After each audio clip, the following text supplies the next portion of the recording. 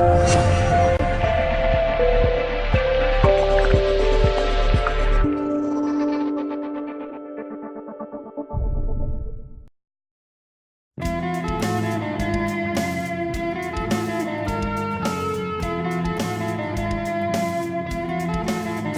Coffee Chats.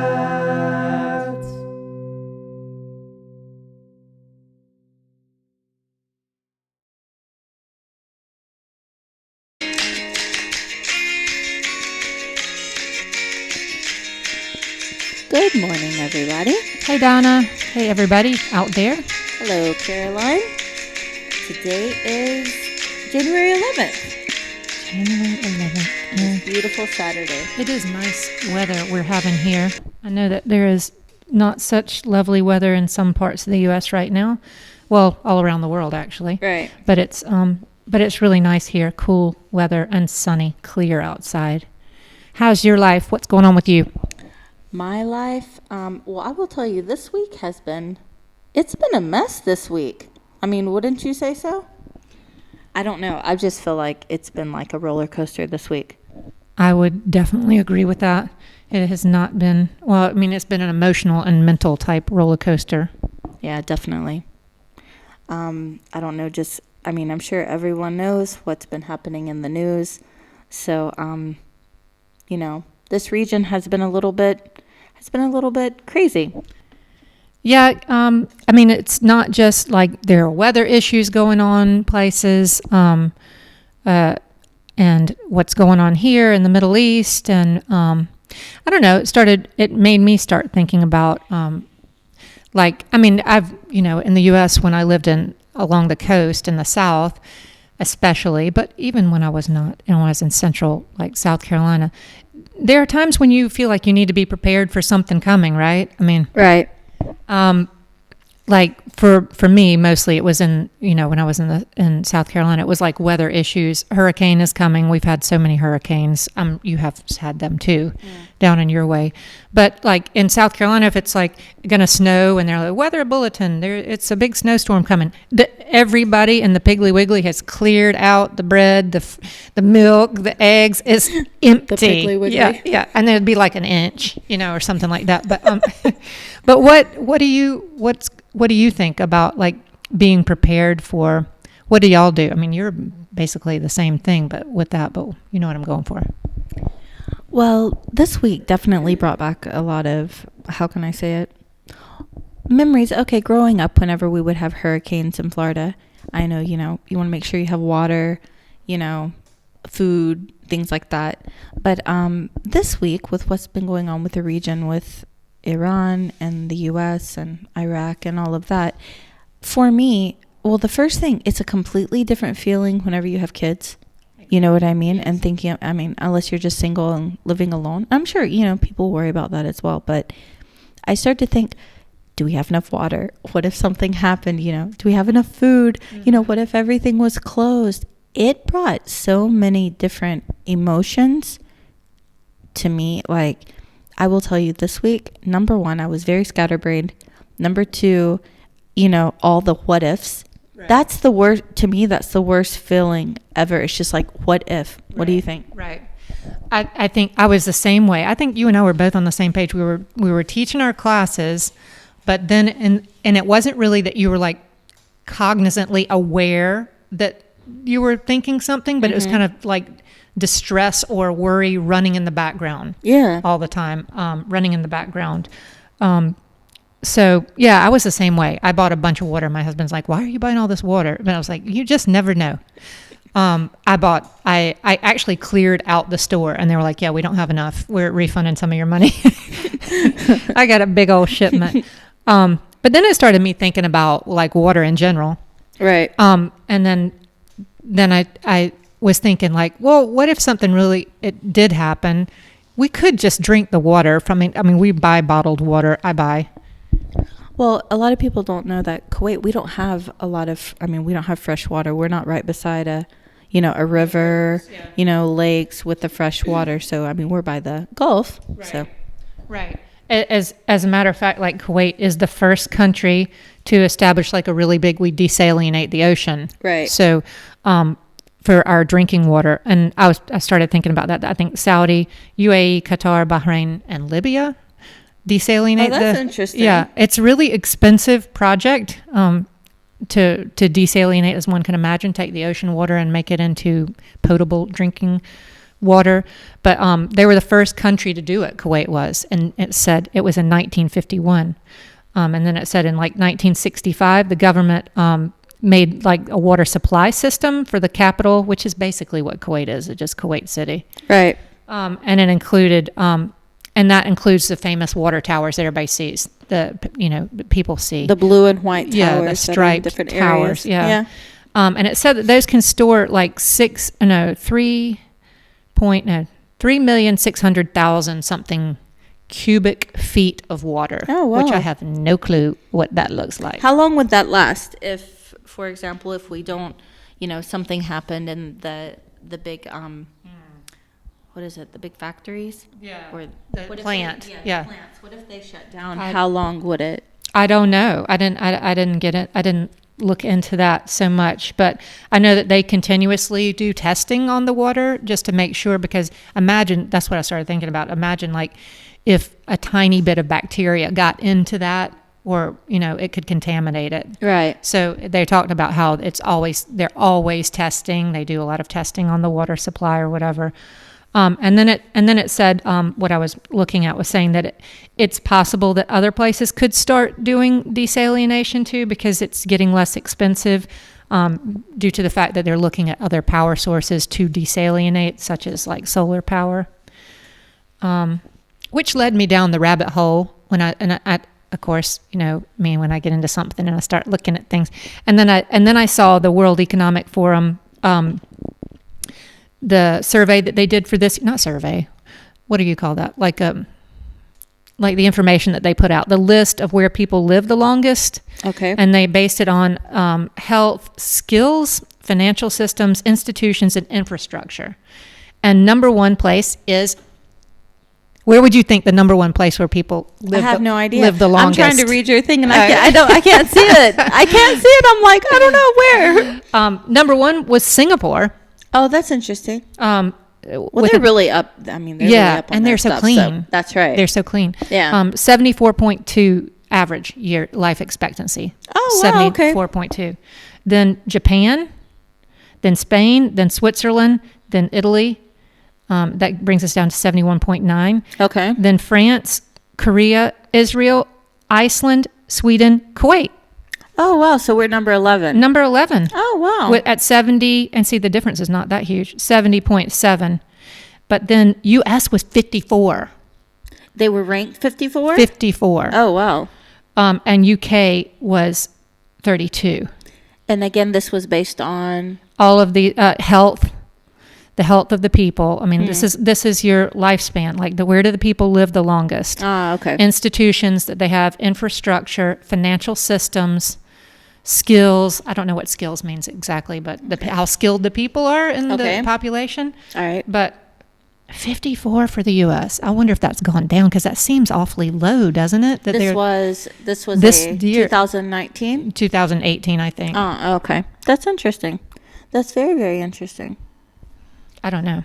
So that started me thinking, you see how that happens as you start to get into things and you start thinking about everything, and then it takes you from one thing to another, and then you've been on the internet for 2 hours. For me, it basically made me think about having a plan B, C, all the way to plan Z. Yeah. You talk about things with your spouse, with your friends, like in situations, if something really bad happened where you are, what would you do? Would you stay? Would you go? Okay, where would you go? Right. Okay, you have family here. I have family overseas, stateside. That's a 16 or more hour flight. Mm. What happened if there were no flights? It just brings about a whole new basket of worry, But I think, for me, this is what I took from the situation this week. I don't ever want to get, or, a situation, because you never know what's going to happen in the world. You have no idea, we have no clue. So instead of just only thinking about those things whenever it's actually happening, I want, and I've made myself a goal. So we talked about resolutions last time. I made myself a goal that this year I actually want to have in place, set up, plan B, plan C, plan D. You know what I mean? And actually work towards it. And just, I think that's good for everyone. I don't know. What do you think about that? I would agree with that. Yeah, I mean, it's interesting. Like the Muslims have a saying is like, tie your camel and trust in God. Right. So, I mean, there's so much that you can do. You shouldn't be, totally just like it's in God's hands. I mean, of course you should do that, but that you also want to be prepared for what you can be prepared for in life. Yeah, of course. Yeah, I think that like when I first moved here, I thought about things like that a lot more, but then, throughout the years things pop off and then it slaps you back into reality of like, well, wait a minute. Yeah, I think it's good to have a plan. Like, what are we going to do? Where would you go? What would you, I mean, it's just like you would do, like I remember sitting in the bathroom downstairs under the stairs at the beach house when there was a tornado warning because there was a bad storm coming, and they had actually spotted a tornado in one of the nearby like island areas. Oh, wow. And so they had seen one. So it was like, okay, it was, the warnings went off, the phones go off and everything. It's like pretty loud.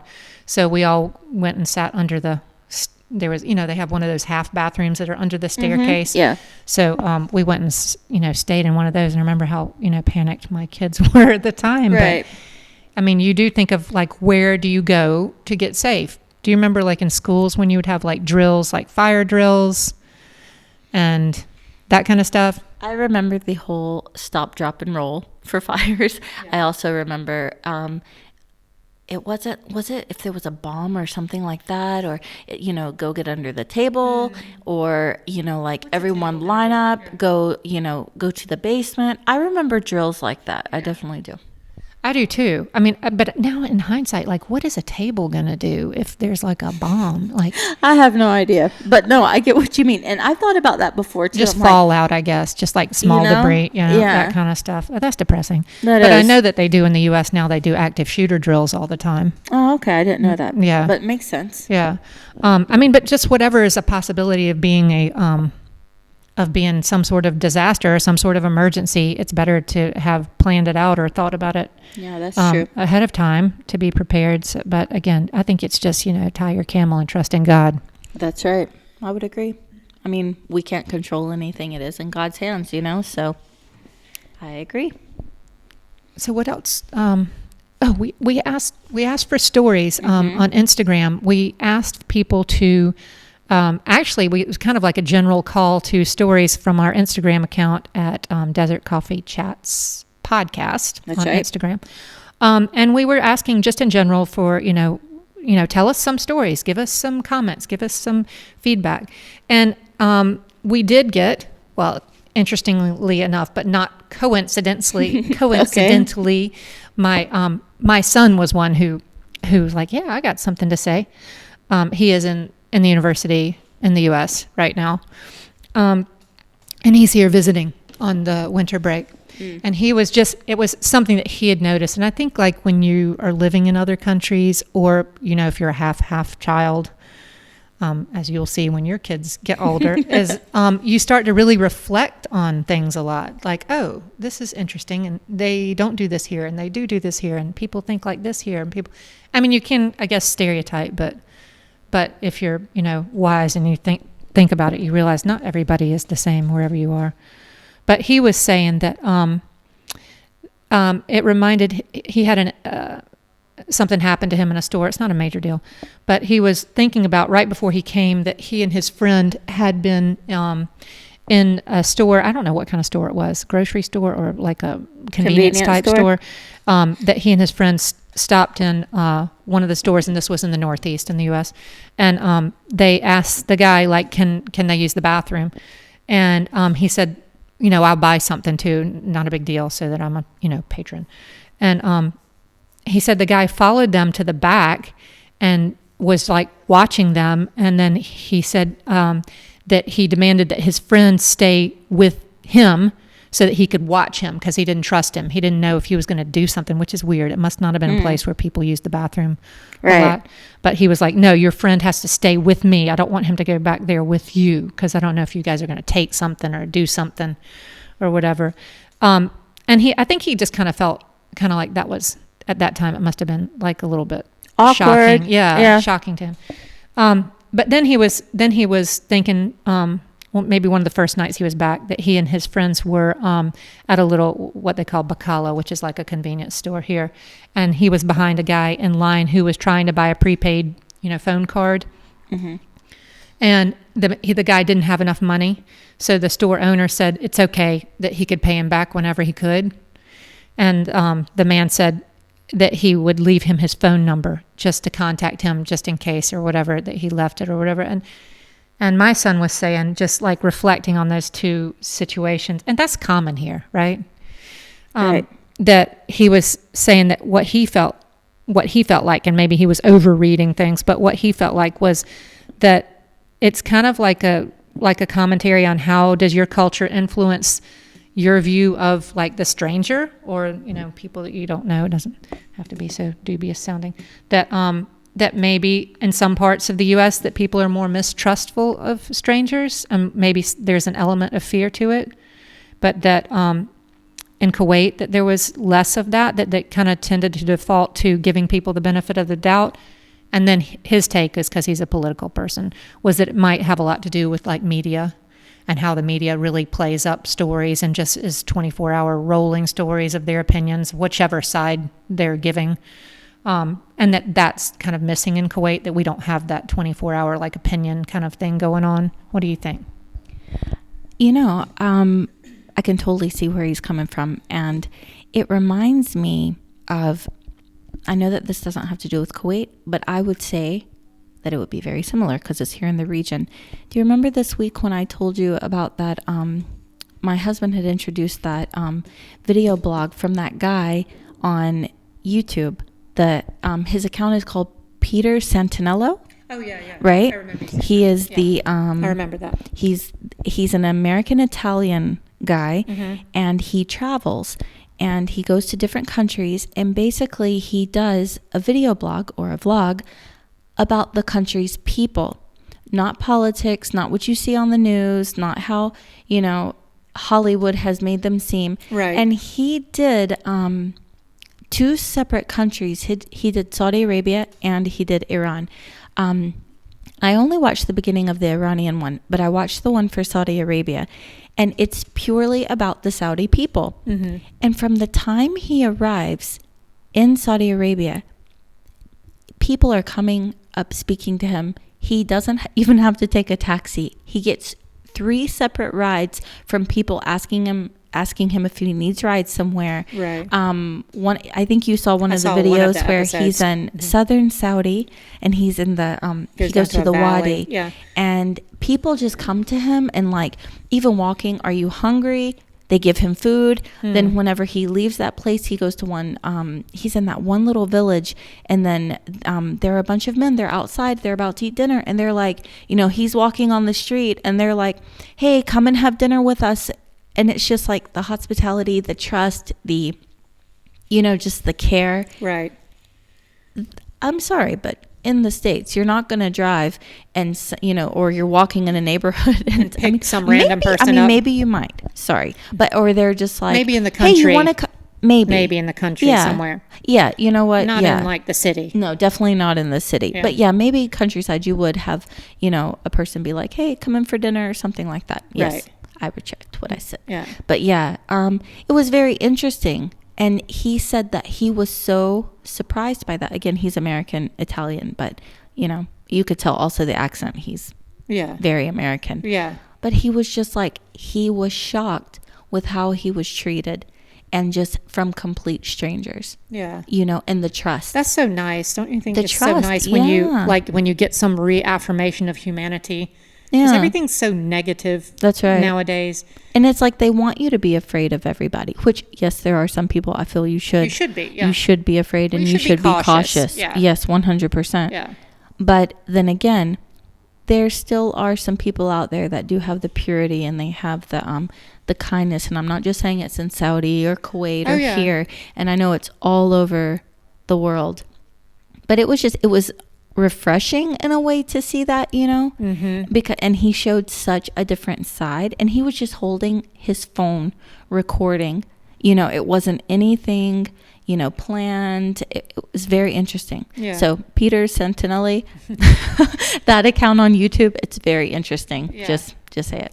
Very enlightening. So yeah, I understand your son's story. It makes a lot of sense. Yeah, that was it. I mean, but he's not jaded. Like, he's not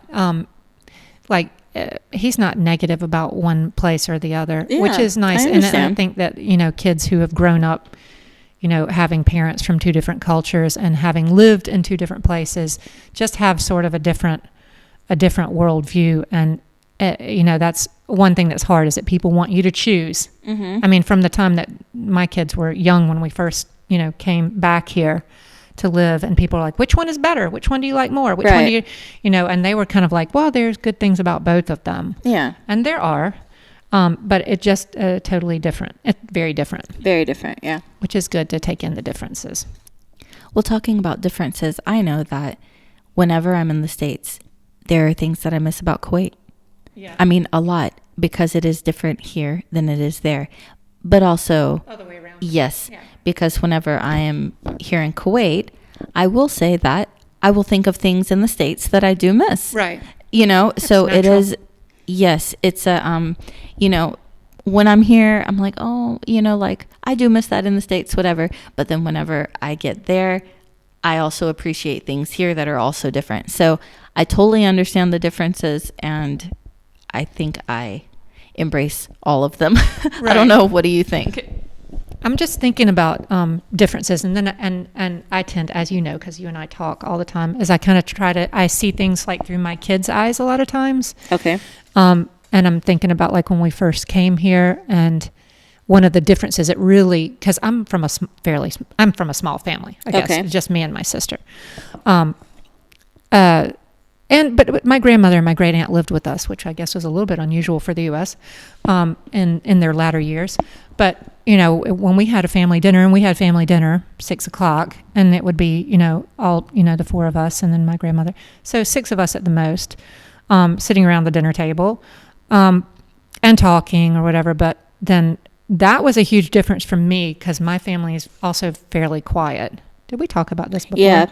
About sitting on the floor and sitting in the, and sitting with an extended family and being like 50 people. That's pretty. That was a pretty big difference. That can be a shocker. Come on, that can definitely be a shocker. But you know what? I think that it's kind of the thing that you try to get used to, the way that people are with each other. That's a big difference.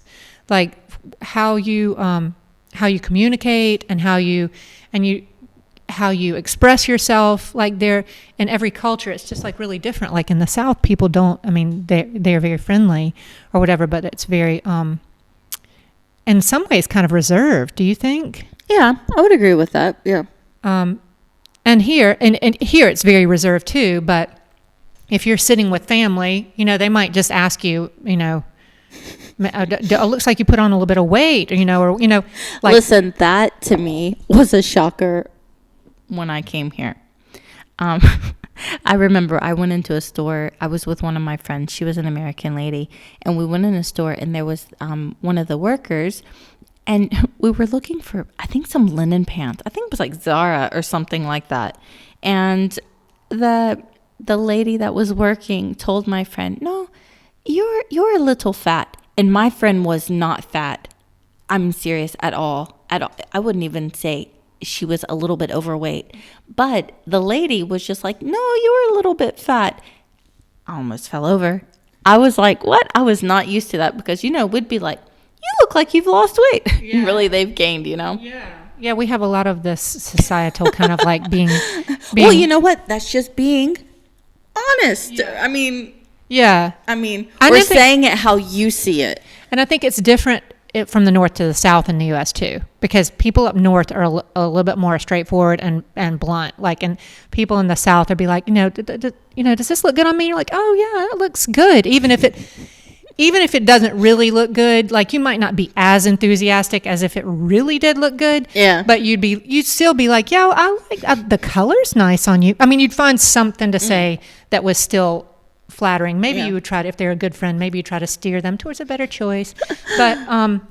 But here it'd be like, oh, no, that looks terrible or whatever. It's just very, very blunt, which, took me some time to get used to.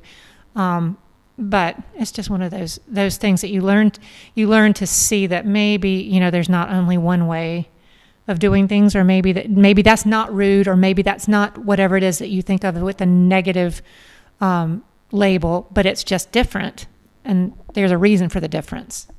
Well, I notice that as well with my students, because sometimes in class they will be very blunt with each other. Mm-hmm. But I think because people are so used to doing that here, I watch their reactions, and a lot of times they're not fazed by it. Right. Like, for example, Abdullah, he's fat, and Abdullah's sitting there, and he might be a little pudgy, but like, no way in the world would I ever say that. But then he's like, yes. It's just like normal. It's like, okay, and then I feel bad. I'm like, oh my goodness, cringe. Like, I don't like that. But anyway, so yeah, it's just a different way of thinking. But that was that. Yes, I experienced that as well. Definitely. Okay.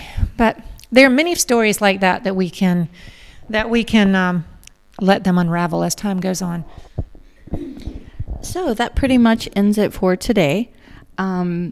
Please do go to our Instagram account and follow us. It is Desert Coffee Chats Podcast. We also put some links there. People can click on the link in our bio for YouTube as well. We are on Buzzsprout, iTunes, iHeartRadio. We're also on SoundCloud, and all of the podcast platforms right now. We are available. And also shoot us an email. Yeah, the email is at desertcoffeechats@gmail.com, and just whatever that you can, wherever you feel like you could add in, whether it's like I really want to know what's going on, like from your point of view. Now we're not going to talk about things, we're not on the inside track with politics and all that kind of stuff. But wherever if you're curious about something, drop us a question, give us a comment, anything you want to. Just join in. It makes it much more interesting. We are getting some more comments and more questions and stories. Again, we love to hear your stories. Yes. It doesn't have to be about one particular subject, just whatever you'd like to share. We're here to hear you. All right. And take care, everybody. We'll see you next time.